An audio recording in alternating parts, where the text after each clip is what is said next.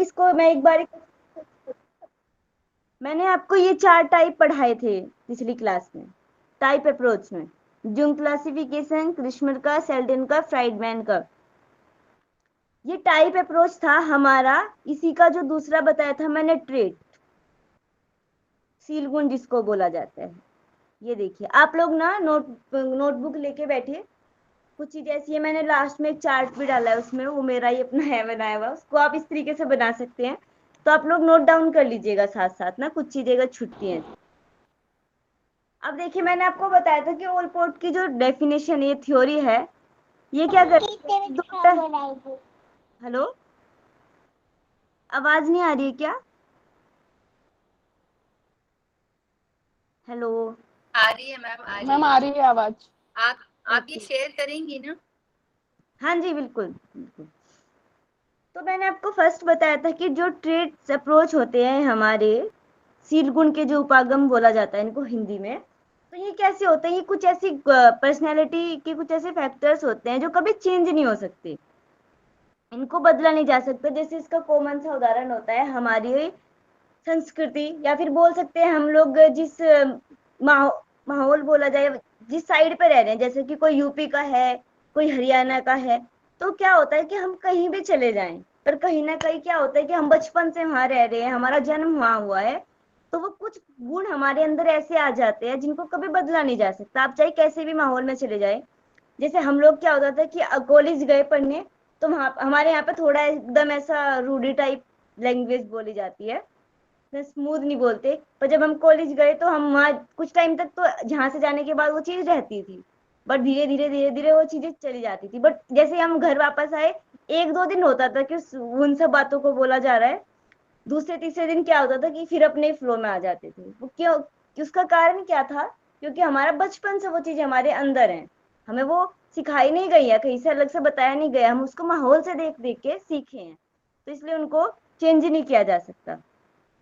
तो जो ओलपोर्ट की डेफिनेशन है, इन्होंने इसमें क्या है, 2 टाइप बताए हैं, कॉमन ट्रेट, एक होता है हमारा पर्सनल ट्रेट। कॉमन ट्रेट को इन्होंने बोला है कि अगर इसको हम सिंपल से समझते हैं कि कॉमन ट्रेट में क्या होता है कि किसी एक इंडिविजुअल पर्सन का पूरे समूह के साथ कंपैरिजन किया जा सकता है। जैसे मैं बोलूं कि मोहन जो है, उसका जो ऐसे वो ले लेते हैं नॉर्मली कि अगर उसकी उसकी ईमानदारी को चेक किया जाए, तो वो 70% ईमानदार है, 70% ईमानदार है।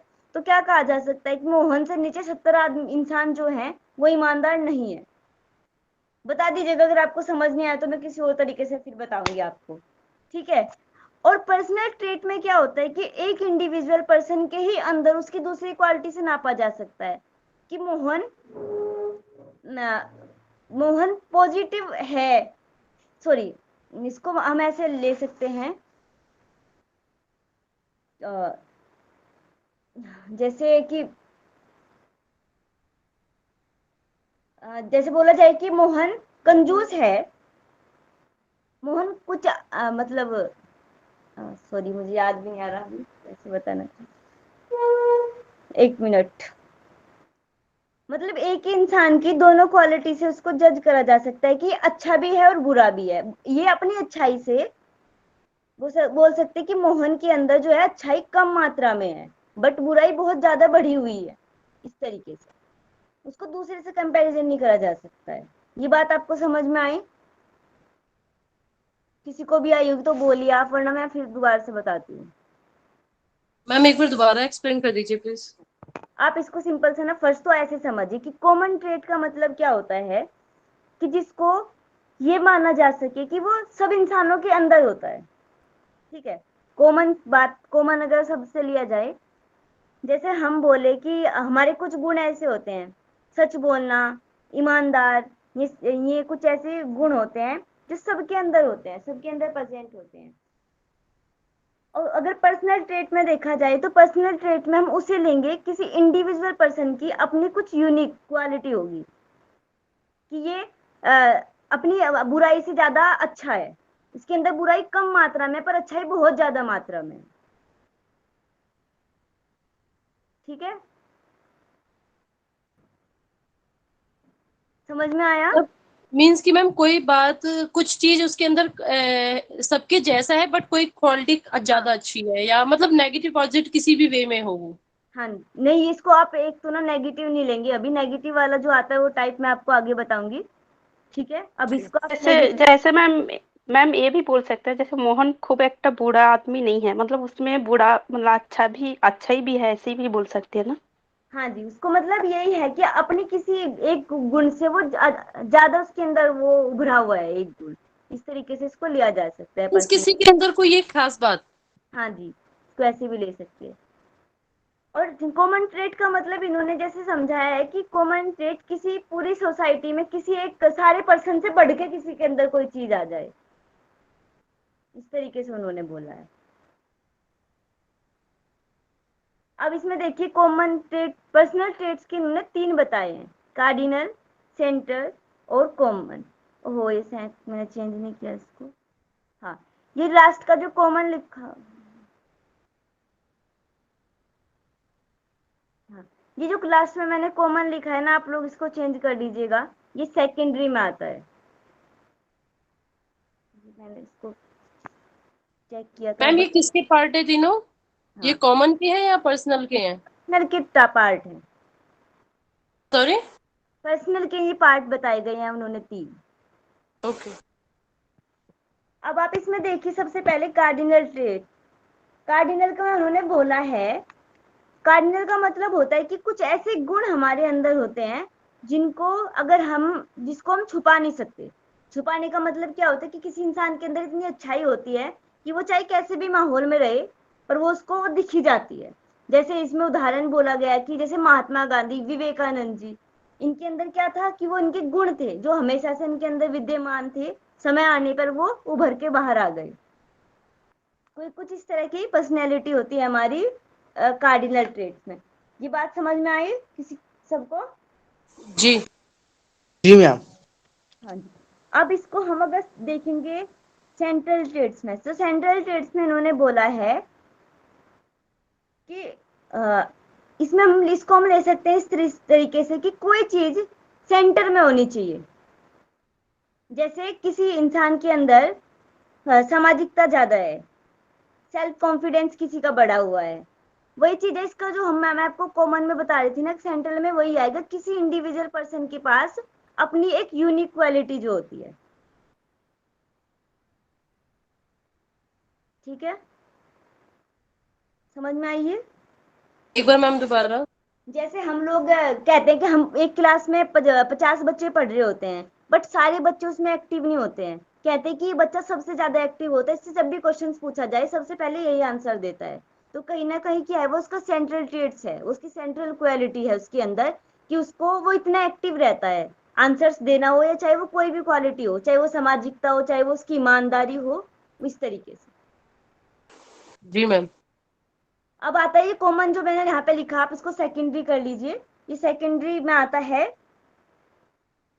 सेकेंडरी ट्रेट्स का मतलब उन्होंने बताया है कि ये जो सेकेंडरी ट्रेट्स है ना, इसको यहाँ पे इन्होंने नेगेटिव लिया है कि ये ऐसे गुण हमारे अंदर होते हैं जो जिनको कहीं ना कहीं नेगेटिव भी लिया जा सकता है, इनका कोई अर्थ नहीं होता। जैसे कुछ इनके बेसिस पे हम लोग किसी की पर्सनैलिटी को जज नहीं कर सकते, जैसे किसी के खाने का तरीका, खाने की आदत या बाल की, ये सब क्या होते हैं, कहीं ना कहीं हमारी अधूरी चीजें हो जाएंगी अगर हम किसी को किसी के खाने के तरीके से जज कर लें कि ये ऐसे खाता है तो ये अच्छा नहीं है। हो सकता है उसका माहौल ऐसा हो, उसने बचपन से वही देखा हो सकता है उनकी, हाँ, कोई एक पर्सन है जो हाथ से खाना खाता है, उसने कभी चम्मच से खाना नहीं खाया और वो कहीं चला गया और उसको चम्मच से चला खाना नहीं आ रहा है, उस खाना गिरे जा रहा है, तो हम उसको जज नहीं कर सकते उसकी पर्सनैलिटी से कि हाँ इसको तो खाना खाना नहीं आता है। इस तरीके के कुछ गुण होते हैं हमारे, जिनके आधार पर हम क्या करते हैं, उनकी पर्सनैलिटी को जज नहीं कर सकते हैं। ये हमारा सेकेंडरी ट्रेट में आता है। ये समझ में आई बात? ये फिर से बताना मैम है। सेकंड पेज वाला फिर से बताइएगा। लास्ट वाला देखिए, इसका मतलब इन्होंने बोला है कि हमारे कुछ ऐसे गुण होते हैं, कुछ ऐसे जिनको क्या होता है कि जिनका कोई अर्थ नहीं निकाला जा सकता, स्पष्ट अर्थ नहीं निकल सकता है। कि जैसे हमारे खाने की आदत कोई बोल ले, अगर हम खाने की आदत, पहनने की आदत, बाल बांधने की आदत सोचें, नॉर्मल सोच लीजिए कि अगर कोई लड़की है वो अपने माहौल में बचपन से इस तरीके से रह रही है जैसे लड़के रहते हैं, उसने कभी चोटी नहीं रखी है, बाल बहुत छोटे रखे हैं, और वो कहीं ऐसे माहौल में चली जाए कि जहाँ पे लड़कियां ऐसे रहती है एकदम बड़े बड़े बाल, तो क्या सोचेंगे उसकी पर्सनैलिटी को देख के कि कैसी है ये। हम लोग इस तरीके से जज कर सकते हैं कि नहीं इसको तो पता ही नहीं है, इसको तो बाल का नहीं पता है, ये नहीं पता है, पर उसकी उस तरीके से हम उसकी पर्सनैलिटी को जज नहीं कर सकते हैं क्योंकि उसने वो माहौल देखा ही नहीं है, उसने कभी लंबे बाल नहीं देखे हैं। इस तरीके से इन्होंने बताया कि कुछ छोटी आदतें होती है जो वो छोटी होती है, कॉमन है, इनके ऊपर हम उनकी पर्सनैलिटी को नहीं जज किया जा सकता है। मैम जैसे किसी ने अपनी पर्सनल छोटी छोटी चीजों को लेकर के कभी ध्यान नहीं दिया, बट हम उसके पूरी पर्सनैलिटी को नहीं देख सकते कि हाँ ये ऐसा ही होगा या जो भी है। हाँ जी। अब कोई और एक गांव में रहने वाली लड़की है जिसके घर पे माहौल नहीं है, पढ़ने इतनी अच्छी पढ़ाई उसको नहीं दी गई है, और जैसे कोई बच्चा है गांव में पढ़ा है 10th-12th तक, उसको नॉर्मल एकदम प्राइमरी स्कूल में पढ़ा है, वो सरकारी स्कूल में पढ़ा है, और फिर मे भी कोई ऐसे अच्छा माहौल उसको मिला कि उसको एकदम अच्छी, जब कॉलेज टाइम में गई वो तो एक अच्छा कॉलेज मिल गया, पर वहां जाकर उसने देखा कि मैं कैसे करूं, मेरे साथ पढ़ने वाले बच्चे तो एकदम इंग्लिश मीडियम वाले हैं, तो क्या करते हैं जो इंग्लिश मीडियम जो अच्छी इनको इंग्लिश अच्छी आती है वो बच्चे कैसे जज करते हैं कि हाँ इसको तो ये भी नहीं आता, इसको तो ये भी नहीं आता है, तो वहां पर हम उसकी पर्सनैलिटी को जज नहीं कर सकते हैं क्योंकि हो सकता है क्या कितने कारण ऐसे रहे होंगे जिसकी वजह से वो नहीं सीख पाई, उन स्कूल में चीजें नहीं सिखाई गई, तो यहाँ पर उन्होंने बातें बोली है कि इनका ज्यादा कोई अर्थ नहीं निकाला जा सकता है। मीन्स मैम कि जैसे जो मोरल वैल्यू होती है और इसमें ये चीजें अलग अलग, मतलब इनको अलग रखना है, मिक्स नहीं करना कि किसी की पर्सनैलिटी को इस तरह से लेके जाए। हाँ जी जी। मीन है ना, पर्सनैलिटी ऐसी बनेगी। हाँ जी, तो ये हमारा लेकिन ओसपोर्ट का था। हाँ जी, कोई कुछ बोल रहा था। मैम बहुत सारे लोग तो जज ही करते हैं मैम, और देखा भी जाता है मैम जज करते हुए, और अलग से दिखाई देती है मैम पर्सनैलिटी बहुत सारे लोग की। ये तो देखो नेचुरल है, सबसे पहले तो यही बोला गया है अगर देखा जाए, चाहे वैसे तो बोलते हैं कि बात गुण तो बाद में देखते हैं हर इंसान के, चाहे आप किसी भी इंटरव्यू के लिए जा रहे हो सबसे पहले क्या देखा जाएगा, फर्स्ट तो आपके फिजिकल अपीयरेंस को देखा जाएगा, आपने ड्रेस कैसी पहनी है, आपके चलने का तरीका क्या है, ये सब चीजें। बट उसके बाद भी ऐसा थोड़ा ही ना होता है कि इसी इन सब बेसिस के ऊपर ही आपको एक आईपीएस आईएएस ऑफिसर्स बना दिया गया है, उसके बाद आपको क्वेश्चन आंसर्स किए जाते हैं, तो वो दोनों तीनों चीजों को मिला के आपकी पर्सनैलिटी को जज किया जा सकता है, मात्र एक चीज को नहीं।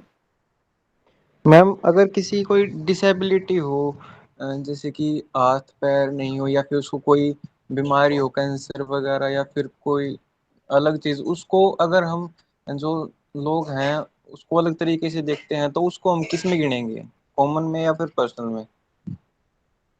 इसको देखो, इसमें अगर देखा जाए, ये इससे पहले मैंने आपको पढ़ाया था, ये सब चीजें जो आपने बताई है ना, ये इस थ्योरी में तो मैंने इसको नहीं देखा, बट इससे पहले जो आती है हमारी क्रिस्मर की थ्योरी, फिजिकली स्ट्रक्चर के आधार पे मैंने बताया था, उसमें लास्ट में जो आया था हमारा डाइप्लास्टिक वाला, उसमें ये चीजें आती है कि जिन पर्सन्स का बिहेवियर जो होता है इनबैलेंस रहता है, कहीं ना कहीं फिजिकली कोई उनमें डिसेबिलिटी है तो उनको उसमें रखा जाता है। ट्रेट की अप्रोच पे आपको, ट्रेट में मतलब गुण के आधार पे यहाँ पे जज किया जा रहा है, समझे आप मेरी बात, मुझे ये जी मैम, आइडिया। Yes ma'am. मतलब मैम सिंपल से कि एक चीज पर देखकर हम किसी की पर्सनैलिटी जज नहीं कर सकते, बिल्कुल। बाकी सारे गुण हो सकते हैं उसके अंदर। हाँ जी, ये जो देखो पहले सबसे पहले क्या हुआ है कि हमारी जो थ्योरी बताई मैंने आपको पढ़ाई थी टाइप वाली, सबसे पहले तो स्टार्टिंग में मैंने आपको बताया था कि पर्सनैलिटी का अर्थ ही क्या है, स्टार्टिंग से जब हमारी पर्सनैलिटी शब्द आया था तो उसका मतलब क्या था कि आपको फिजिकली आप देखते हो कि कैसा है पर्सन और मान लेते हो, बट उसके बाद भी करीबन 49 डेफिनेशंस इन सब चीजों पे लिखी गई है, बुक्स में ये चीज मेंशन करी गई है, उन 49 डेफिनेशंस में कहीं ना कहीं ये कमी थी कि नहीं आप इस तरीके से पर्सन को जज नहीं कर सकते, फिर जाके 50 डेफिनेशन जो मैंने आपको रिपोर्ट की बताई थी उसमें उन्होंने ये सब चीजें एक्सप्लेन करी है कि इंसान की पर्सनैलिटी जो होती है मनोशारीरिक तंत्र होता है, एक गत्यात्मक समूह होता है जो यूनिक एडजस्टमेंट होता है, कि जो पर्सन अपने वातावरण के साथ एक अलग तरीके से एडजस्टमेंट करता है उसको एक अच्छी पर्सनैलिटी वाला कहा जा सकता है। एक आप सुंदर हो, सही है, सब चीजें है, फिजिकली फिट हो, बट आप किसी ऐसे माहौल में गए जब जहाँ पर आप एडजस्ट ही नहीं कर पा रहे हो अपने आप को, तो उन्होंने बोला है कि हर तरीके से जज किया जाएगा, पर्सनैलिटी को किसी एक तरीके से नहीं जज कर सकते आप। आगे चले। अभी जी मैम। जी मैम कोई क्लियर है doubt है? ठीक है। अब हमारी सेकंड जो आती है, ये भी ट्रेड थ्योरी में आती है, कैटल की थ्योरी। इन्होंने भी 4 टाइप बताए हैं। हर किसी की कहीं ना कहीं थोड़ी चीजें मैच करती हैं, जैसे हमारे क्रिस्मर का था, सेल्डन का था, इसी तरीके से इनकी थ्योरी भी मैच करती है। इनका भी पहला जो आता है टाइप, वो आता है कॉमन।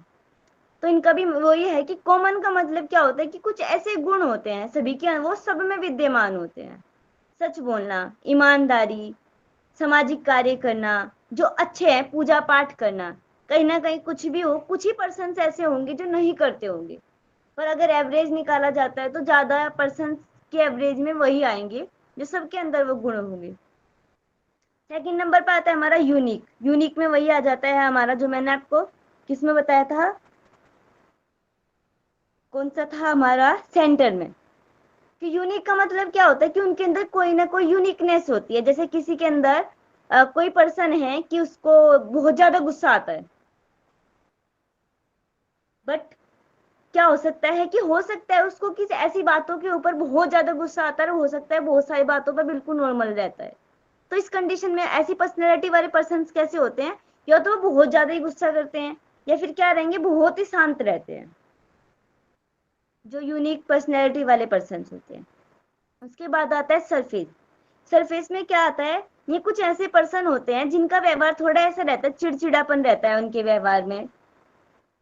और ये सबसे बड़ा होता है कि ये पर्सन क्या होते हैं, दूसरों के ऊपर डिपेंड रहते हैं, इनको अपना काम अपने आप करना नहीं होता। तो इसी वजह से ये एक कारण हो सकता है, जब ये अपना काम अपने आप नहीं होते करते हैं, तो क्या होता है कि जब हम अपना काम अपने आप नहीं करेंगे तो समय पे नहीं होएगा, और समय पे ना होने की वजह से हमारे अंदर क्या रहेगा, चिड़चिड़ापन आता रहेगा। तो ये भी इसका एक फैक्टर हो सकता है। एक बार दोबारा बताना प्लीज। इसका इनका मतलब है कि ये लोग जो सरफेस पर्सनैलिटी के पर्सन होते हैं, ये क्या करते हैं, थोड़ी सी इनकी पर्सनैलिटी ऐसी होती है कि ये ना खुद से अपना काम करना थोड़ा कम पसंद करते हैं। ऑर्डर देने वाला नेचर होता है। हाँ, थोड़ा सा ऑर्डर देने वाला नेचर होता है। फिर ये भी चाहते हैं कि थोड़ा थोड़ा कि वो काम हमारा हमारे मन से भी हो जाए, हमारे मन हमारे तरीके से भी काम हो और हमें खुद ना करना पड़े। इस तरीके का इनका नेचर होता है। दूसरों को कंट्रोल करने वाले। हाँ, थोड़ा सा इस तरीके का।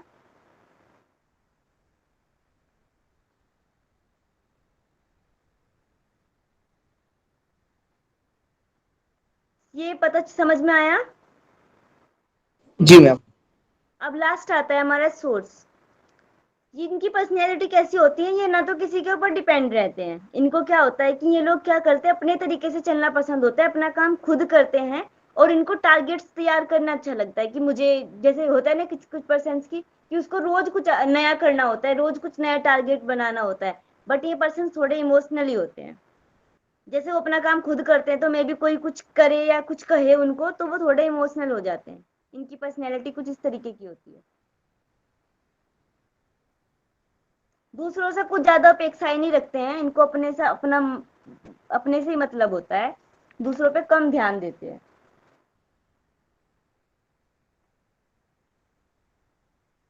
ठीक है।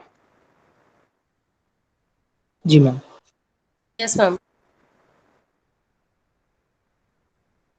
अब ये हमारा हो चुका है दूसरा। टाइम कितना हो गया, पूरा हो गया। 5 मिनट लगेगी पुष्पा मैम की, मैं इसको भी खत्म कर देती हूँ। मैम इसका कॉमन वाला एक बार और एक्सप्लेन करिए, थोड़ा कंफ्यूजन हो गया है।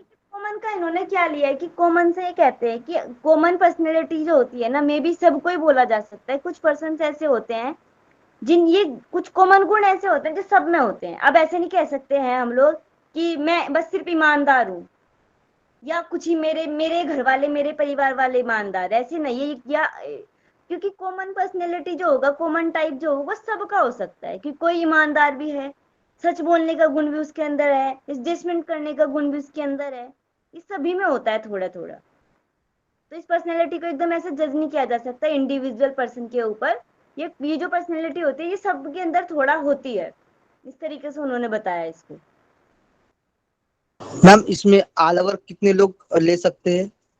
जी इसमें ऑल ओवर कितने लोग ले सकते हैं, मतलब उनके अनुसार गुण देखा जाए तो, जैसे अब इंडिया देख रहे हैं, मतलब इंडिया में से हम कि जो ईश्वर को जानने वाले, मतलब ईश्वर की पूजा करने वाले हैं,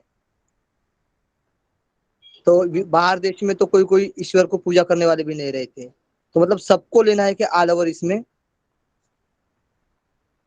सभी, मैं आपकी बात वैसे समझी नहीं, एक बार मुझे तो आप दोबारा से बताइए क्या कहना चाह रहे हैं आप। हम बोल रहे कि सभी में वो गुण रहते हैं कि अच्छे गुण जो रहते हैं वो सभी में कुछ ना कुछ रहते हैं, हाँ जी तो ऑल ओवर लेना पड़ेगा क्या, मतलब सबके लिए लेना पड़ेगा ना? ये तो देखो डिपेंड करता है आपके खुद का बोला जाए या फिर हमारी, जहां तक हमारी शिक्षा का महत्व होता है। अब हमारी साइकोलॉजी को अगर हमारी इंडिया में माना जा रहा है तो ये बात यहीं तक ही लागू होगी। कोई भी बात है, अगर कोई हमारा सिद्धांत है जहां तक वो लागू हो रहा है उसकी वहीं तक ही मान्यता होगी। जैसे अगर हम साइकोलॉजी पढ़ते हैं और पता चला कि किसी दूसरी यूनिवर्सिटी में उसको नहीं पढ़ाया जा रहा है तो हम वहां पर वो बात नहीं बोल सकते। अब एक योगा का टीचर योगा के स्कूल में ही पढ़ा सकता है, दूसरे किसी स्कूल में जाके पढ़ा सकता है। समझे आप मेरी बात ये? जी मैम, यही पूछने वाले थे मैम, थैंक यू। तो उसका मैम इसको क्या ऐसे कह सकते हैं कि उसके अंदर कोई भी यूनिक क्वालिटी नहीं होती और उसके अंदर जो गुण होते हैं वो एक समूह से मैच करते हैं, ऐसा बोल सकते हैं क्या? ऐसे भी कहा जा सकता है, ऐसा भी कोई वो नहीं है कि भाई एक से ज्यादा गुण है। वो सच भी बोलता है, ईमानदार भी है, एडजस्टमेंट करने का भी है, बट ऐसा नहीं है कि एकदम सत्यवादी हरिश्चंद्र है, ऐसा नहीं है। सच बोलता है, मे बी ऐसी कंडीशन है झूठ भी बोल देता है, कोई दिक्कत नहीं है। जी अब ये हमारी लास्ट आती है कम टेस्ट थ्योरी, ट्रेड थ्योरी। इसमें इन्होंने 4 प्रकार बताए हैं। सबसे पहले आता है इंट्रोवर्जन। मैंने आपको ये बताया था, किसी को याद हो इंट्रोवर्ड, पहले इसका पहले जो पढ़ा था उसमें ये शब्द था। तो आप इसको बताइए एक बार, इंट्रोवर्जन से यहाँ आप क्या समझ रहे? वही है ये, बस थोड़ा सा चेंज हो गया है। मैम वो अपने आप में रहता है, अपनी भावनाओं को कम शेयर करता है दूसरों से। हाँ जी, वही चीज है। इन्होंने बोला है कि हमारे कुछ ऐसे गुण होते हैं जो हमें क्या करते हैं कि हम लोग दूसरों से ज्यादा घुलना मिलना पसंद नहीं करते हैं, सेल्फ सेंटर्ड रहते हैं, अपने आप पे ध्यान देते हैं, अपने काम हम खुद करना पसंद करते हैं, ना तो दूसरों का कुछ करते हैं ना हम अपना उनसे कराना पसंद करते हैं। कुछ की पर्सनैलिटी ऐसी होती है ना। और ये थोड़े से इनको अगर बोला जाए तो अंतर्मुखी, मतलब अपने आप पे ध्यान देते हैं। इन्हें सामाजिक चीजों से इतना कि किसी के यहाँ पे शादी है, कोई पार्टी है, मुझे जाना है, मस्ती करनी है, ये लोग उस पर कम ध्यान देते हैं।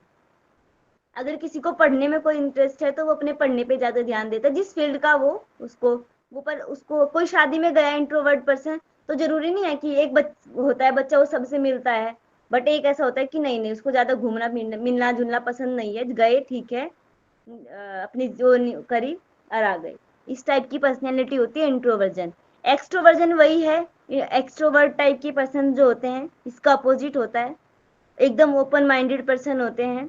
इनको घुलना मिलना पसंद है, सामाजिक कार्य करना पसंद है, अगर पूजा पाठ कहीं होता है तो इस तरीके के प्रोग्राम्स में जाना पसंद होता है, अपनी बातों को दूसरों से शेयर करना पसंद होता है। ये हमारी एक्सट्रोवर्जन पर्सनैलिटी होती है। अब आती है हमारी न्यूरोटिसिज्म। इसका मतलब होता है ये थोड़े से कैसे होते हैं, इनकी जो पर्सनैलिटी होती है जो थोड़े नेगेटिव टाइप के पर्सन होते हैं। अगर इनकी क्वालिटी क्या होती है, चाहे कितना भी अच्छा हो जाए, बट क्या करते हैं, इनको उनमें बुरा ही ढूंढनी होती है। क्या करते हैं, कहीं ना कहीं वो अपने तरीके से चीज को घुमाएंगे फिराएंगे और नेगेटिव चीजों पे आके अटक जाते हैं, चाहे वो कितना भी अच्छा हो। अब कहीं कोई भी पर्सन हो या कुछ भी हो, हर चीजों के अंदर एक नेगेटिव होती है। बोला जाता है दोनों चीजें होती है हमारी, पॉजिटिव और नेगेटिव भी, बट हमारे ऊपर डिपेंड करता है कि हम किन चीजों के ऊपर ध्यान देते हैं। अगर हम उनकी पॉजिटिव चीजों पे ध्यान देंगे तो पॉजिटिव है, बट अगर किसी की पर्सनैलिटी ऐसी है कि नहीं मुझे तो नेगेटिव पे ध्यान देना है, तो वो इस तरह के पर्सन्स होते हैं। साइकोटिसिज्म जो होते हैं वो कुछ इस तरीके के पर्सन्स होते हैं, उनको थोड़ा सा वो थोड़े से मानसिक रूप से थोड़े से परेशान होते हैं, और उनको छोटी छोटी चीजों में एकदम उनकी एग्रेसिव टाइप पर्सनैलिटी हो जाती है, छोटी छोटी बातों में एकदम गुस्सा आ जाना, रिएक्शन कर देना, इस तरीके की पर्सनैलिटी उनकी होती है। मैम जो इंट्रोवर्जन है वो सोर्स से रिलेटेड थोड़ा सा नेचर होता है उनका, हमने कॉमन में हाँ जी, उसको बोल सकते हैं हम, बट थोड़ा बहुत मैच करेगा, क्योंकि सोर्स पर्सनैलिटी के जो होते हैं ना, उनको ये नहीं बोला गया है क्या वो अपनी बातों को नहीं शेयर करते होंगे। हाँ, उनको क्या है, उनको अपने तरीके से चलना पसंद है कि नहीं, ऐसा नहीं कि बात नहीं शेयर करते, मैं मुझे ये करना अच्छा लगता है तो मैं अपने तरीके से चलना पसंद करूंगा। मुझे अगर अपनी पढ़ाई में साइंस साइड से पढ़ना है तो मैं वो पढ़ूंगा, आर्ट से पढ़ना है तो मैं वो पढ़ूंगा। वो अपने टारगेट्स खुद बनाना चाहते हैं। पर मैम टाइप के जो होते हैं वो क्या करते हैं, वो सामाजिक चीजों में भी थोड़ा भाग नहीं लेते, उनको घूमना फिरना पसंद हो पर अकेले जाना पसंद करते हैं। के साथ खुद को ढूंढना मीन्स खुद में टाइम स्पेंड ज्यादा करते हैं। यस, अपने अपने आप में ही रहना पसंद करते हैं। मैम हाँ इसमें जी कुछ एज लिमिट है क्या? जी, मतलब इस बच्चे के लिए एज लिमिट किसमें? इसमें मैम अंतर्मुखी, जैसे अंतर्मुखी है ना, अंदर ही अंदर मतलब अपने आप में रहते हैं, और जो बाह्यमुखी है हाँ जी, एक्सट्रोवर्जन, उसमें ये जो थ्योरी दी है इन्होंने कुछ ईयर वाइज मतलब बांटा है क्या, जैसे 18 ईयर तक ही बच्चों को? नहीं, मैंने जिस बुक से पढ़ा है उसमें तो मुझे ऐसा कुछ नहीं देखने को मिला है इसमें कि उन्होंने ऐसा कुछ बताया है। अगर मे बी अगर कहीं भी ऐसा होगा तो मैं आपको बता दूंगी, बट मैंने क्योंकि जिस फिर book से देखा है उसमें क्योंकि तो ऐसा नहीं अंतर्मुखी बताया। देखेंगे तो फिर आध्यात्मिक तौर पर भी उसको ले सकते हैं ना फिर मैम? आध्यात्मिक रूप से आप उसको ले सकते हैं क्या, एक आध्यात्मिक पर्सन को अपने ज्ञान को बांटने में भी वो कंजूसी करने लगता है। हो सकता है एक हायर लेवल की अवस्था जब आ जाती है, बोलते हैं ध्यान की अवस्था में आप शांत हो जाते हो, बट वो उस तरह लेवल की अवस्था हो जाती है आपकी। बट इसको उससे नहीं जोड़ा जा सकता है, आध्यात्मिक और इंट्रोवर्जन इन सब में बहुत अंतर माना जा सकता है। इसीलिए पूछे मैम हम। हाँ जी, ये अगर देखा जाए तो उससे इसको नहीं जोड़ा जा सकता। ये बहुत अगर हो सकता है इसको आप एक पर्सनैलिटी से जोड़ सकते हो। कुछ पर्सन्स क्या होते हैं, 2 ही मिनट है मैं आपको बता देती हूँ। देखिए, कुछ पर्सन्स का क्या होता है कि बोला जाता है कि अगर आप आध्यात्मिक पथ पे आगे बढ़ रहे हो, आप इसको पहले ऐसे समझिए कि अगर आपको अपना ब्लड डोनेट करना है तो आप क्या करेंगे, ब्लड डोनेट करने से पहले क्या करते हैं, ब्लड की टेस्टिंग करी जाती है, उसका ब्लड ग्रुप क्या है, हर एक चीज की जो अंदर का होता है उसको सब चेक करते हैं, तब जाकर उसको अदर पर्सन को चढ़ाया जाता है। पर आध्यात्मिक उसमें भी क्या होता है, आध्यात्मिक रूप से भी हम क्या करते हैं, अगर हम अपने आप को तैयार करते हैं अपने शरीर को, और हम एनर्जी किससे ले रहे हैं वो भी डिपेंड करता है। बहुत बार हम क्या करते हैं, जैसे बोला जाता है मे बी कि तंत्र विद्या ऐसे कुछ अगर हम सीखते हैं तो कहीं ना कहीं वो नेगेटिव तरीके से हमें इफेक्ट करती है। तो उसका रीजन क्या है कि हमने उन सब चीजों को देखा नहीं है, जाना नहीं है कि हम किस पथ पे चल रहे हैं और कौन सा किन एनर्जी को आप इकट्ठा कर रहे हो। तो उससे बहुत बार ये होता है कि हम लोग समाज से कटने लगते हैं, बुराई की साइड भी बोला जाए जा सकते हैं। ये सब चीजें कुछ इस तरीके से हमारे इफेक्ट कर सकती है। हम आध्यात्मिक पथ पे वो इंसान ज्यादा इन सब इंट्रोवर्ट टाइप पर्सनैलिटी हो जाती है, जो चीजों को बिना जाने अपने शरीर को बिना तैयार किए ऊर्जा को इकट्ठा करने लगते हैं। होती हैं ये भी बहुत सारे ऐसे केस, मैं आपको बताऊंगी एक दो केस आगे, पर अभी पुष्पा मैम की क्लास का टाइम हो गया है तो हमें यही पढ़ना था। आप लोगों को क्या करना है, अब ये देखिए आगे आप एक काम करिएगा, इसमें से ना ज्यादा तक नहीं पूछा जाता, ऐसे आपको डीप में पूछा जाए, बट ये जरूर पूछा जाता है, टाइप्स में दे दिया जाएगा। एक साइड पिकनिक दे दिया, एंड ये दे दिया, टाइप ए दे दिया, एंडोमोर्फी, इनमें से कोई एक एक दे दो, इधर से नाम दे दे, क्रिश्मर का, सेल्डन का, फ्राइडमैन का, उनको क्रॉस में आता है चेक करने पे कि कौन सा किसकी पर्सनैलिटी का टाइप है इस तरीके से। तो आप क्या करिएगा, एक चार्ट बना लीजिएगा, सबके नीचे छोटा छोटा करके लिख लीजिएगा कि कौन सी किसकी मिक्स जो बेसिक क्वालिटी है जिसके आधार पर आप सबको जान सके। ठीक है, तो आप इस तरीके से इसको देख लीजिएगा। ये समझ में आया? इस तरीके से क्वेश्चन जो मैं आपको दिखाऊंगी आगे कैसे पूछे गए हैं वो इसी तरीके से पूछे गए हैं। अभी तक टाइप्स पूछ ले जाते हैं कि कौन सा किसका है, तो आपको ध्यान रखना है। मैम ये चार्ट थोड़ा क्लियर बना के शेयर करिएगा, ये दिख नहीं रहा ठीक से। ठीक है, मैं इसकी दोबारा से एक फोटो खींच के आपको दे दूंगी। ये मैंने वैसे आपको दिखाने के लिए था कि आप लोग इस तरीके से बना लीजिएगा उसको पेपर पे छोटा सा और चिपका लीजिएगा अपनी दीवार पे। रोज सुबह उठोगे देखोगे तो आपको ये एकदम दिमाग में कॉपी हो जाएगा, तो आपकी पूरी साइकोलॉजी तैयार हो जाएगी, एक टॉपिक पर्सनैलिटी तैयार हो जाएगा। ये इस तरीके से है। मैम इस बार तो ऐसे क्वेश्चन थे कुछ समझ ही नहीं आ रहा था। हाँ, इस बार का जो क्वेश्चन था वो हमारी इस वाली थ्योरी से था, सिगमंड फ्राइड की जो है। बट अभी हम यहीं पे क्लास खत्म करते हैं, कल मैं आपको पढ़ाऊंगी, आप लोग देख के आना। साइकोएनालिटिक थ्योरी जो है जो सिगमंड फ्राइड ने दी है उसके बारे में आप लोग थोड़ा थोड़ा पढ़ के आइएगा ताकि आपको जल्दी से समझ में आ जाएगा। और चार्ट आप दोबारा भेजोगे? हाँ, मैं आपको उसको वापस से भेज दूंगी। और जो मैंने पढ़ाया है अभी तक आपको उसको सबको आपको रिवीजन करके आना है, और मैं एक एक टाइप सबसे पूछूंगी, सबसे कोई भी किसी से पूछा जा सकता है माइक ऑन करके। आप लोग सबके नाम याद करके आइएगा